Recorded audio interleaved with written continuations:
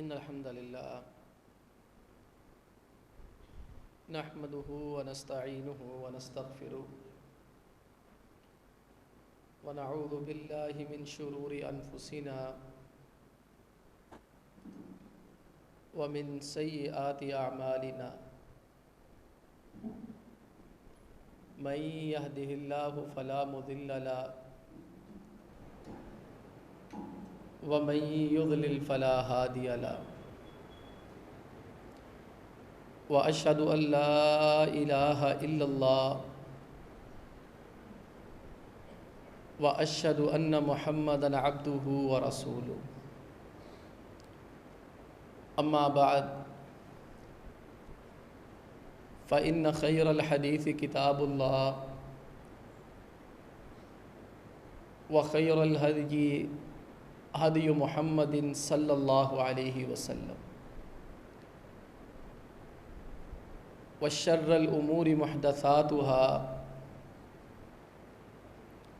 وكل محدثة بدعة وكل بدعة ضلالة وكل ضلالة في النار قال النبي صلى الله عليه وسلم لا تسبوا اصحابی۔ محترم بھائیو، عزیز بزرگوں اور دوستو، صحابہ اکرام رضی اللہ تعالی عنہم ہمارے بہت بڑے محسن ہیں۔ اللہ رب العالمین نے ان کے ذریعے سے ہمارے اوپر یہ احسان فرمایا کہ انہوں نے جو دین نبی کریم علیہ الصلاۃ سے لیا تھا وہ من وعن حرف بہ حرف ہم تک پہنچایا ہے۔ آج اگر دین اپنی اصلی شکل میں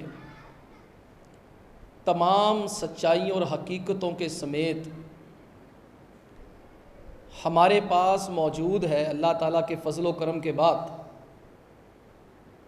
تو وہ نبی کریم علیہ السلام کے تربیت یافتہ صحابہ اکرام رضی اللہ تعالی عنہم کی بدولت موجود ہے۔ ہمارے ہاں دو بڑے بڑے مذہب ہیں، یہودی اور عیسائی، اور ان کی دو کتابیں ہیں، تورات اور انجیل، جو اس کا مجموعہ چھپتا ہے بائبل کے نام سے۔ ہم تورات اور انجیل کا اگر مطالعہ کریں تو ہمیں پتہ چلتا ہے کہ موسیٰ علیہ السلام کے صحابہ اور جناب عیسیٰ علیہ السلام کے صحابہ اس معیار کے نہیں تھے جس معیار کے صحابہ نبی کریم علیہ السلام کو اللہ نے عطا کیے۔ یا ایھا الذین آمنوا لا تکونوا کالذین آذوا موسیٰ، اللہ فرماتے ہیں ایمان والو ویسے مت بن جاؤ، اس طرح نبی کو مت ستاؤ جیسے موسیٰ کے اصحاب نے موسیٰ کو ستایا۔ قرآن کریم بھرا پڑا ہے، اتنا ستایا، اتنا پریشان کیا۔ کسی بھی مرد کے لیے ایک بہت بڑی تہمت ہوتی ہے کہ اس کو نامرد کہہ دیا جائے۔ ان بدبختوں نے، یہودیوں نے کلمہ موسیٰ علیہ السلام کا پڑھتے ہیں، غلطی اپنے اندر ہے کہ ننگے نہاتے ہیں، بے شرمی کا ارتکاب کرتے ہیں۔ موسیٰ علیہ السلام شرم و حیا کا پیکر، ان کے اوپر الزام لگا دیا یہ ہمارے ساتھ اس لیے ہی نہ نہاتے، معاذ اللہ یہ نامرد ہے۔ اللہ تعالیٰ نے یہ اپنے پیغمبر سے تہمت ہٹانے کے لیے موسیٰ علیہ السلام کو برہنہ حالت میں قوم کے سامنے ایک دفعہ لایا۔ موسیٰ علیہ السلام کو بے دہانی میں آگے پتہ نہیں چلا، پریشانی میں آگے، لیکن ان بدبختوں نے جو الزام لگایا تھا اللہ نے اس الزام کی نفی کرانی تھی۔ اتنا ستایا کہ موسیٰ علیہ السلام پنجابی جو نا اک گئے، تھک ہار کے اللہ سے دعا کی، یا اللہ میری قوم سے میری جان چھڑا، فَافْرُقْ بَيْنَنَا وَبَيْنَ قَوْمِ الْفَاسِقِينَ، یا اللہ یہ سارے گندے لچے لفنگے میری ان سے جان چھڑا، مجھے موت دے دے۔ عیسیٰ علیہ السلام کے متعلق انجیل میں جو لکھا ہوا ہے، ہم اپنی بات نہیں کر رہے، یہ وہ باتیں میں عرض کر رہا ہوں جو تورات اور انجیل میں لکھی ہیں، انہوں نے خود لکھی ہیں، ہمارا اس میں کوئی دوش نہیں ہے، ہم الزام نہیں دے رہے، ہم آئینہ دکھا رہے ہیں۔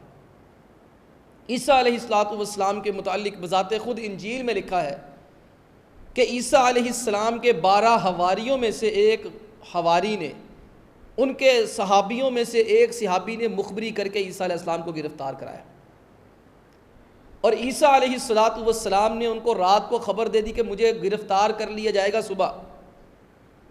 تو انجیل کے اندر جو لکھا ہوا ہے کہ عیسیٰ علیہ السلام ساری رات روتے رہے، یا اللہ مجھے بچا لے، یا اللہ مجھے بچا لے، میں مرنا نہیں چاہتا۔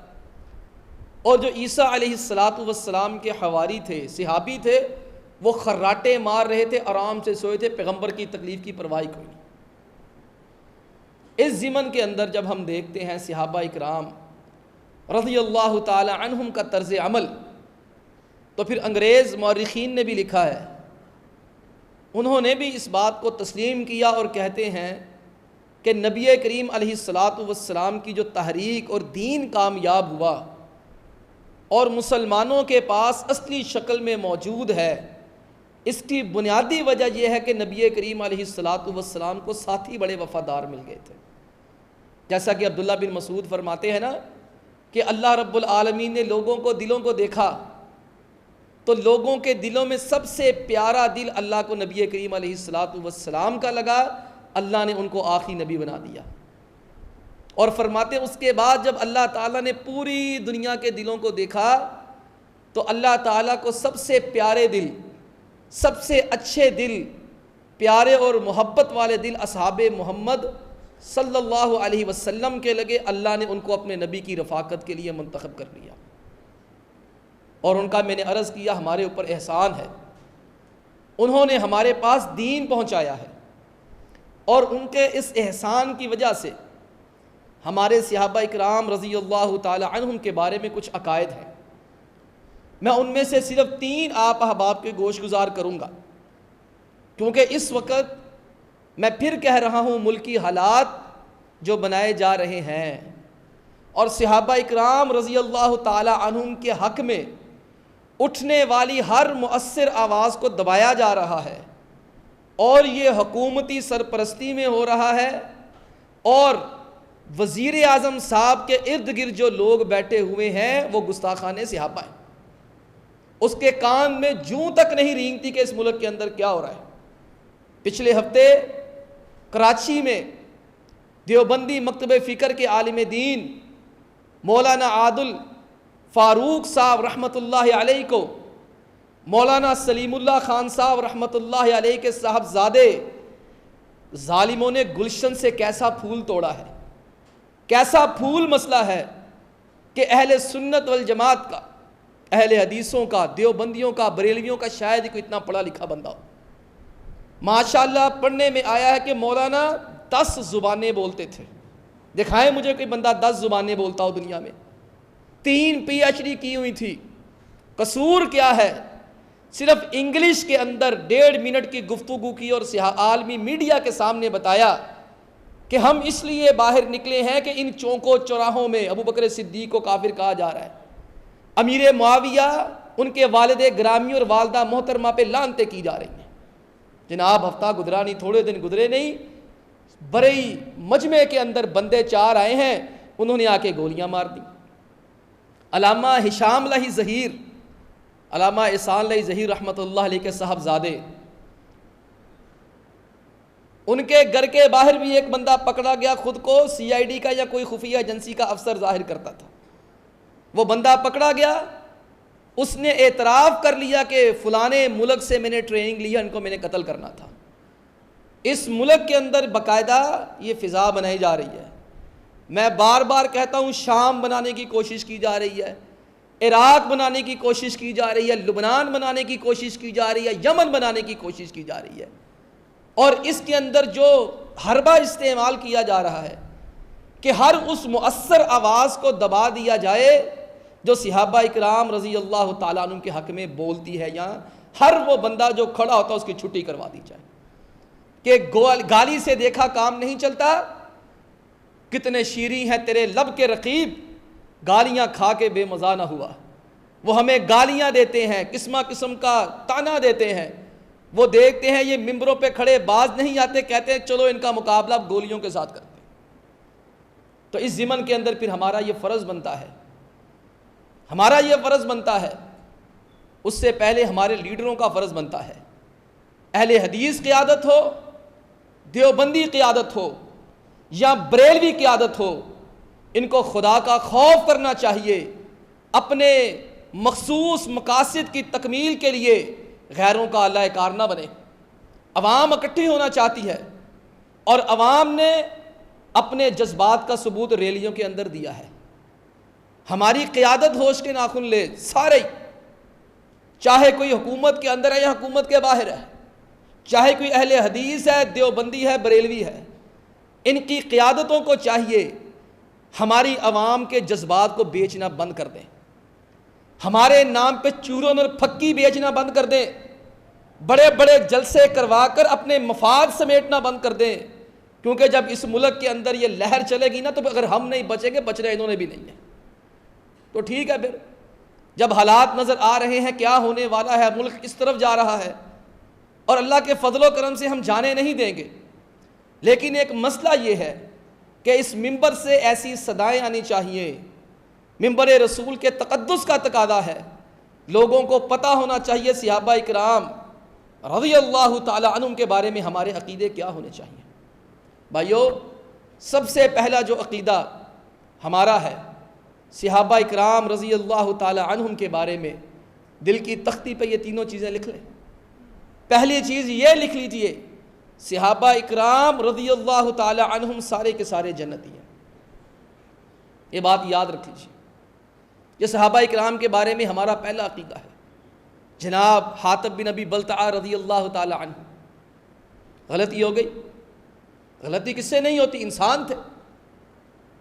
صحابہ اکرام رضی اللہ تعالی عنہم میں سے یہ بھی ایک بہت بڑا نام ہے، جنگ بدر میں شرکت کی ہے، مکہ فتح کرنا تھا، مکہ پہ حملہ کرنا تھا، اللہ کے نبی علیہ الصلوۃ والسلام نے اس کو خفیہ رکھا، چند لوگوں کو بتایا۔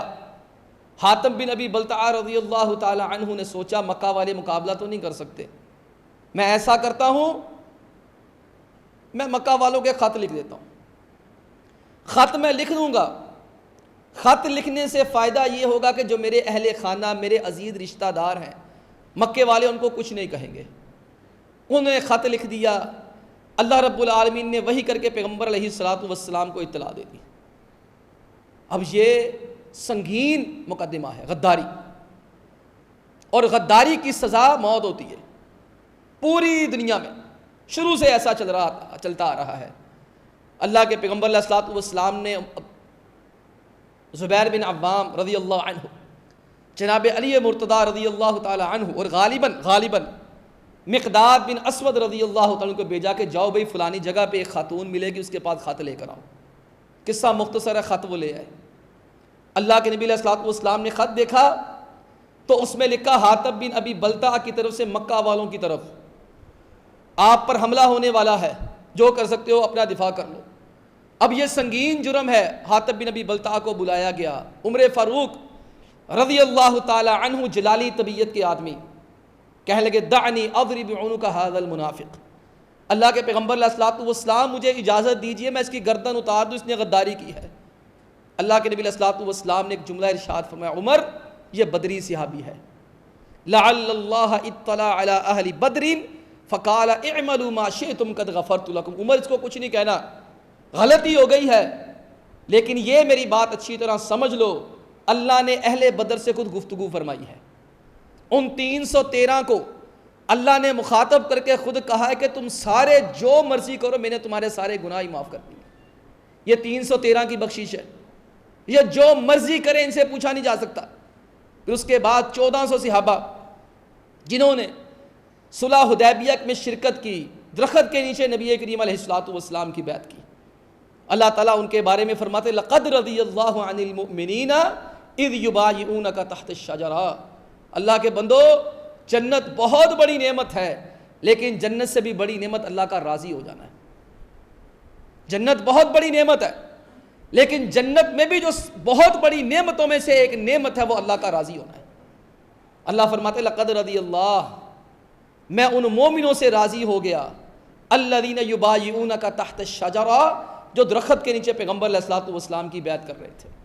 اب یہ کون تھے؟ 1400 صحابہ، اور اللہ کے نبی علیہ الصلوۃ والسلام فرماتے لا یمس النار احد من بایعنی تحت الشجرہ، آپ نے فرمایا جس نے اس درخت کے نیچے میرے ہاتھ پہ ہاتھ رکھ کے جینے مرنے کی ساتھ نبھانے کی قسمیں اٹھائی تھی، جہنم میں جانا تو بہت دور کی بات ہے، ان لوگوں کو جہنم کی آگ میں نہیں چھو سکتی۔ یہ 1400 صحابہ کو اللہ نے معاف کر دیا، جنتی ہیں سارے۔ اور پھر جنگ تبوک میں 30,000 صحابہ اکرام رضی اللہ تعالی عنہم نے شرکت کی۔ یہ 30,000 صحابہ ہیں جو جنگ تبوک کے اندر شامل ہوئے ہیں۔ اللہ فرماتے ہیں لقد تاب اللہ علی النبی والمہاجرین والانصار الذین اتبعوہ فی ساعۃ العسرہ، اللہ فرماتے ہیں لقد تاب اللہ علی النبی، اللہ نے نبی کو معاف کر دیا، والمہاجرین، اللہ نے ان تمام مہاجرین کو معاف کر دیا، والانصار، اللہ فرماتے میں نے ان انصاریوں کو بھی معاف کر دیا، الذین اتبعوہ فی ساعۃ العسرہ، جنہوں نے غزوہ تبوک کے اندر نبی کے ساتھ جہاد کیا، شرکت کی۔ اب یہ 30,000 صحابہ کی معافی کا پروانہ آ گیا، اور ان 30,000 صحابہ میں جناب ابو سفیان رضی اللہ تعالی عنہ بھی شامل ہے، اور ان 30,000 صحابہ میں جناب امیر معاویہ رضی اللہ تعالی عنہ بھی شامل ہیں، اور ان 30,000 صحابہ میں ابو سفیان رضی اللہ تعالی عنہ کے بڑے بیٹے جناب یزید بن ابو سفیان رضی اللہ تعالی عنہ بھی شامل ہیں۔ آج ان کے بارے میں کوئی ویسے بات کر سکتا ہے؟ کوئی کیسے کہہ سکتا ہے یہ وقت جنتی تھے؟ اللہ کے پیغمبر علیہ الصلوۃ والسلام نے بھی جنتی قرار دیا، اور اللہ نے بھی 30,000 صحابہ کو جنتی قرار دیا۔ اور یہ تو 313 صحابہ کی بات ہوئی، اور اس کے بعد 1400 صحابہ کی بات ہوئی، اس کے بعد 30,000 صحابہ کی بات ہوئی۔ اللہ کے پیغمبر علیہ الصلوۃ والسلام کے 1,24,000 سارے کے سارے صحابہ جنتی ہیں۔ اللہ تعالیٰ خود قرآن کریم میں اس بات کی وضاحت فرماتے ہیں۔ اللہ فرماتے ہیں لا یستوی منکم من انفق من قبل الفتح وقاتل، اللہ فرماتے جنہوں نے صلح حدیبیہ سے پہلے اسلام قبول کر کے دین کی خدمت کی، جہاد کیا، مال خرچ کیا، وہ اور اس کے بعد والے برابر نہیں ہو سکتے۔ اولئک اعظم درجۃ، یہ ان کا درجہ زیادہ ہے۔ لیکن کیا باقیہ کا کوئی مقام نہیں جو صلح حدیبیہ کے بعد آئے ہیں؟ اللہ فرماتے ہیں وَكُلًّا وَعَدَ اللَّهُ الْحُسْنَىٰ، اللہ فرماتے ہیں میرے جتنے بھی نبی کے صحابہ ہیں سب سے یہ وعدہ کیا کہ سارے کے سارے صحابہ کیا ہیں؟ وہ جنتی ہیں۔ اس لیے پہلا عقیدہ ہمارا یہ ہونا چاہیے، صحابہ اکرام رضی اللہ تعالی عنہم سارے کے سارے جنتی ہیں، چاہے کوئی شروع میں مسلمان ہوا ہو، چاہے آخر میں مسلمان ہوا ہو، چاہے کسی نے روزانہ نبی کریم علیہ السلام کی زیارت کی ہو، چاہے کسی نے ایک دفعہ نبی کریم علیہ السلام کی صحبت کا شرف حاصل کیا ہو، چاہے کوئی ایک لمحے کے لیے بھی آ گیا، اسلام قبول کر لیا، اور اسلام قبول کرنے کے بعد مرتے دم تک مسلمان رہا، وہ جنتی ہے۔ یہ پہلا عقیدہ۔ اور دوسرا عقیدہ صحابہ اکرام رضی اللہ تعالی عنہم کے بارے میں ہمارا یہ ہے جو ہونا چاہیے، صحابہ اکرام کے بارے میں دلوں کو صاف رکھنا ہے، زبانوں کو صاف رکھنا، زبانیں صاف رکھنی ہیں، ان کے بارے میں گفتگو نہیں کرنی۔ یہ میں نہیں کہتا، یہ میں نے نہیں کہا، یہ اللہ نے قرآن کریم میں کہا ہے، نبی کریم علیہ الصلوۃ والسلام نے فرمایا ہے، عبداللہ بن عباس رضی اللہ تعالی عنہما نے فرمایا ہے، عمر بن عبدالعزیز رضی اللہ تعالی عنہما نے فرمایا ہے۔ یہ صحابہ کے بارے میں دوسرا عقیدہ، زبانیں بند۔ اللہ کے نبی علیہ الصلوۃ والسلام نے انصار کے بارے میں کیا فرمایا تھا؟ فَاقْبَلُوا مِن مُحْسِنِيهِمْ وَتَجَاوَزُوا عَن مُسِيئِيهِمْ، فرمایا جب انصار کی باری آئے ان کی نیکیوں کا ذکر کرنا ہے، ان کی غلطیوں کے بارے میں زبانیں بند رکھنی ہے۔ پھر آپ علیہ الصلوۃ والسلام نے ایک اور حدیث میں فرمایا لا تسبوا اصحابی. سب عربی زبان میں گالی کو نہیں کہتے, گالی کو بھی کہتے ہیں لیکن گالی ہی کو نہیں کہتے. لوگ کہتے ہیں لا تسبوا اصحابی, ہمیں صحابہ کو گالی دینے سے منع کیا گیا ہے, ان کے متعلق گفتگو کرنے سے منع نہیں کیا گیا. ہم گفتگو کریں گے, تحقیق کریں گے, تنقید کریں گے, تفتیش کریں گے. اللہ کے بندو, پہلی بات تو یہ ہے جب ان کے سارے گناہ ہی معاف ہو چکے ہیں تو تنقید کرنے کا فائدہ کیا ہے؟ کون سی دین کی خدمت کر رہے ہو؟ پہلی بات تو سوچنے والی یہ ہے نا کہ جس بندے کے سارے گناہ ہی معاف ہو چکے ہیں, امیر معاویہ رضی اللہ تعالیٰ کے بارے میں کوئی بکواس کرے تو ہم کہیں گے اللہ کے نبی علیہ السلام نے دعا فرمائی ہے یا اللہ معاویہ سے حساب نہ لینا, یا اللہ معاویہ کو عذاب نہ دینا. یہ حدیث ہے, صحیح ہے. جب آپ علیہ السلام خود فرماتے ہیں یا اللہ معاویہ سے حساب نہ لینا, یا اللہ معاویہ کو عذاب نہ دینا, تو میں اور آپ کون ہوتے ہیں معاویہ رضی اللہ عنہ کا حساب کتاب کرنے والے؟ پہلی بات تو یہ ہے. اور دوسری بات یہ ہے سب کا مطلب گالی نہیں ہوتا, سب کا مطلب یہ ہوتا ہے کسی کی طرف ایسے کر کے انگلی اٹھانا. ایسے عربی زبان کے جب لڑائی کی جاتی تھی کسی کو برا بھلا کہا جاتا تھا, سب عربی زبان میں اس انگلی کو کہتے ہیں شہادت والی انگلی کو. اس کے ذریعے سے وہ ایسے, اب بھی ہم لڑتے ہیں نا کسی کے ساتھ, اور تینوں میں انج کر دیا گا, یہی انگلی باہر نکالتے ہیں نا اپنی یہ والی, ایسے کر کے کسی کو اشارہ کرتے ہیں اور تینوں میں کر دیا گا. یہ گالی نہیں ہوتی, لیکن اگلا بندہ سمجھ جاتا ہے میری اس کے ساتھ توہین کی گئی ہے, ہماری طرف انگلی اٹھائی ہے اس نے. لوگ کہتے ہیں اس نے میری طرف انگلی اٹھائی تھی, اس نے میری طرف ایسے کر کے اشارہ کیا تھا, میں نے اس کو نہیں چھوڑنا. عربی زبان کے اندر سب کہتے ہیں ایسے انگلی کا اشارہ کرنا, تنقید کا نشانہ بنانا کسی کو. آپ علیہ السلام فرماتے لا تسبوا اصحابی, اور میرے صحابہ کو تنقید کا نشانہ نہ بنایا کرو. فوالذی نفسی بیدہ, اس ذات کی قسم جس کے ہاتھ میں میری جان ہے, لو ان احدکم انفق ملء احد ذهبا ما بلغ مد احدہم ولا نصیفا. آپ علیہ السلام فرماتے اس ذات کی قسم جس کے ہاتھ میں میری جان ہے, اگر میرا کوئی صحابی اللہ کی راہ میں 30-35 روپے 20-25 روپے کا جو خرچ کر دے, ایک پاؤ آدھ پاؤ آٹا خرچ کر دے, جو گندم دے دے, کھجور دے دے, آپ علیہ السلام فرماتے تم میں سے کوئی ایک احد پہاڑ جتنا سونا بھی اللہ کی راہ میں خرچ کرے وہ میرے صحابی کی برابری نہیں کر سکتا. کسی کو آج تک توفیق ہوئی ہے اتنی کہ احد پہاڑ جتنا سونا خرچ کیا ہو؟ اور ایک روایت کے الفاظ ہیں, آپ علیہ الصلوۃ والسلام فرماتے میرے صحابہ کو گالی نہ دو, اس ذات کی قسم جس کے ہاتھ میں میری جان ہے, میرا کوئی صحابی اللہ کی راہ میں 20-25 روپے صدقہ خیرات کر دے, آدھ پاؤ آٹا اللہ کی راہ میں, جو کھجور اللہ کی راہ میں دے دے, اور تم میں سے کوئی ایک ساری زندگی روزانہ احد پہاڑ جتنا سونا اللہ کی راہ میں خرچ کرے, میرے صحابی کی برابری نہیں کر سکتا. یعنی یہ نہیں کہ ایک دفعہ زندگی میں کرو, صحابی ایک دفعہ زندگی میں اتنا سا خرچ کر دے, اور میں اور آپ جب تک زندہ ہے روزانہ احد پہاڑ جتنا سونا خرچ کریں, صحابی کی برابری نہیں کر سکتے. اس لیے نہیں کر سکتے, ابن حجر مکی فرماتے ہیں, دیگر علماء فرماتے اس لیے کہ انہیں نبی کریم علیہ الصلوۃ والسلام کی صحبت میسر آتی تھی, وہ ہمیں میسر نہیں آنی. عربی میں پتہ نہیں آپ کو عربی آتی کہ نہیں آتی, نیٹ پہ سرچ کیجئے, عربی میں ایک پروگرام ہوا لو کانا رسول اللہ صلی اللہ علیہ وسلم بیننا. کسی عربی نے دنیا میں انٹرویو کیا لوگوں کا, راہ چلتے ہوئے اینکر نے, کہ بتائیے اگر نبی کریم علیہ الصلوۃ والسلام یہاں آ جائیں تو آپ کا کیا تاثر ہوگا. لوگوں کی چیخیں نکل گئی, دنیا دار لوگ وہ اس سوال کو سن کے رو پڑے کہ نبی کریم علیہ الصلوۃ والسلام یہاں آ جائیں. اللہ کے بندو ہمیں یہ شرف ملنا ہی نہیں ہے, ان کو یہ شرف مل گیا ہے. یہ بات ہمیشہ یاد رکھیں, صحابہ اکرام کی برابری ممکن نہیں ہے. کسی نے آ کر پوچھا یہ عبداللہ بن مبارک رضی اللہ تعالی عنہ سے کہ جناب امیر معاویہ رضی اللہ تعالیٰ کا مقام زیادہ ہے کہ عمر بن عبدالعزیز رحمہ اللہ کا مقام زیادہ ہے؟ امیر معاویہ رضی اللہ عنہ کا درجہ زیادہ ہے کہ عمر بن عبدالعزیز رحمہ اللہ کا زیادہ ہے؟ فرمانے لگے اللہ کی قسم, امیر معاویہ کے گھوڑے کے نیچے جو مٹی لگی ہے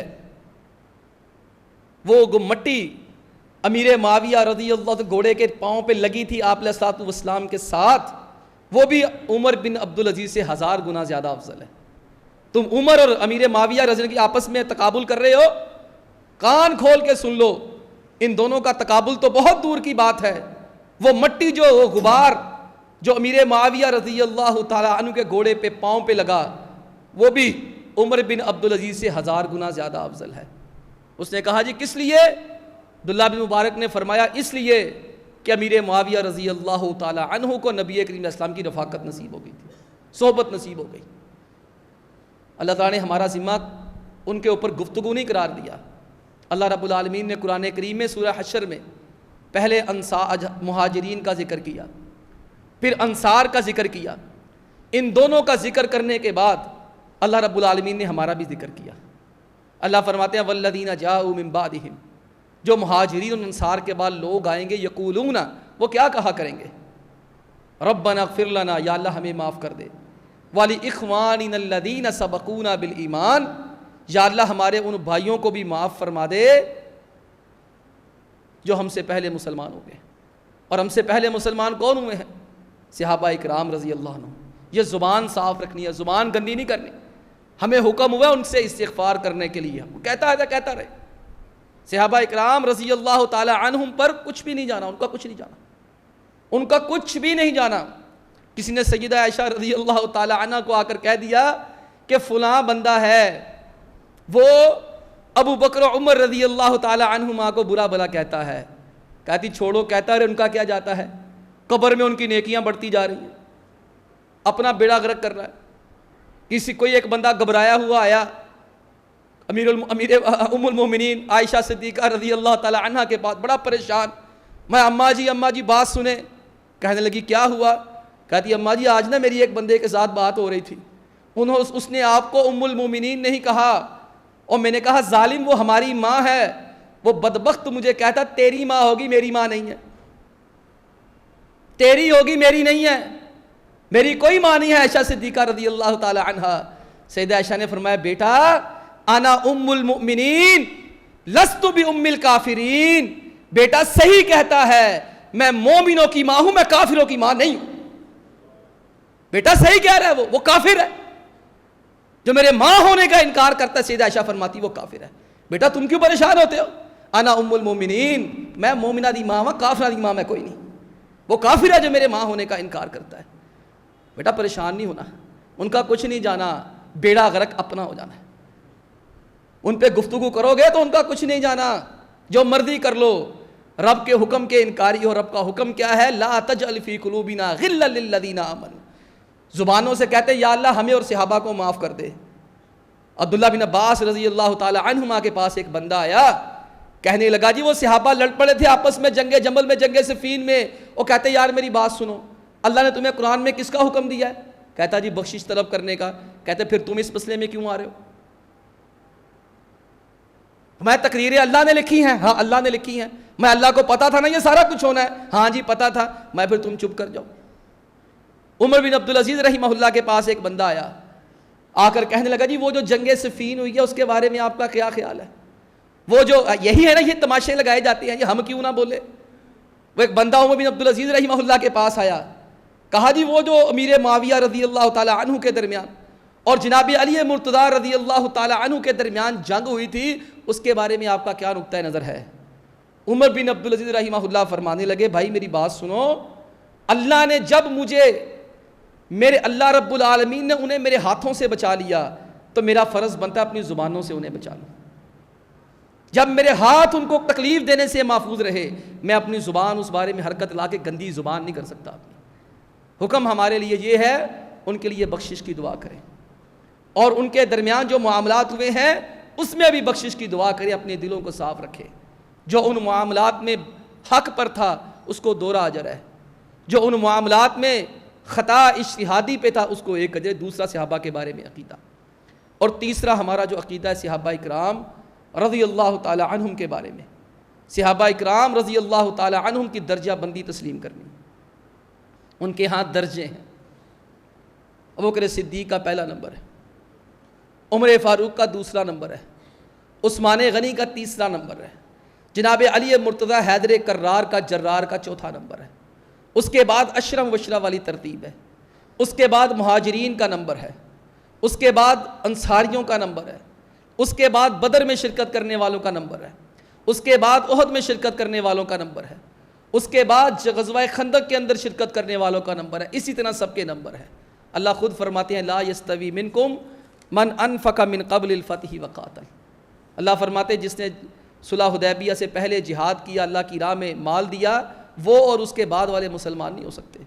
اور اسی درجہ بندی کے اندر حضرات یہ بھی آپ لوگوں نے تسلیم کرنا ہے کہ صحابہ اکرام کی جو خلافت ہے وہ بھی اسی نمبر کے ساتھ آتی ہے۔ جس طرح درجوں میں نمبر ہے، خلافتوں میں بھی نمبر ہے۔ جس طرح درجہ بندی آپ علیہ الصلوۃ والسلام نے فرمائی، خلافت میں بھی پہلا بکر صدیق کا نمبر ہے، دوسرا عمر فاروق کا نمبر ہے، تیسرا عثمان غنی کا نمبر ہے، چوتھا علی مرتضیٰ رضی اللہ تعالی عنہم کا نمبر ہے۔ یہ ہمارے تین بہت سارے عقائد ہیں صحابہ کے بارے میں، تین گزارشات یہ تھی۔ اللہ تعالی ہمیں عمل کرنے کی، سمجھنے کی توفیق عطا فرمائے۔ وآخر دعوانا ان الحمد للہ رب العالمین۔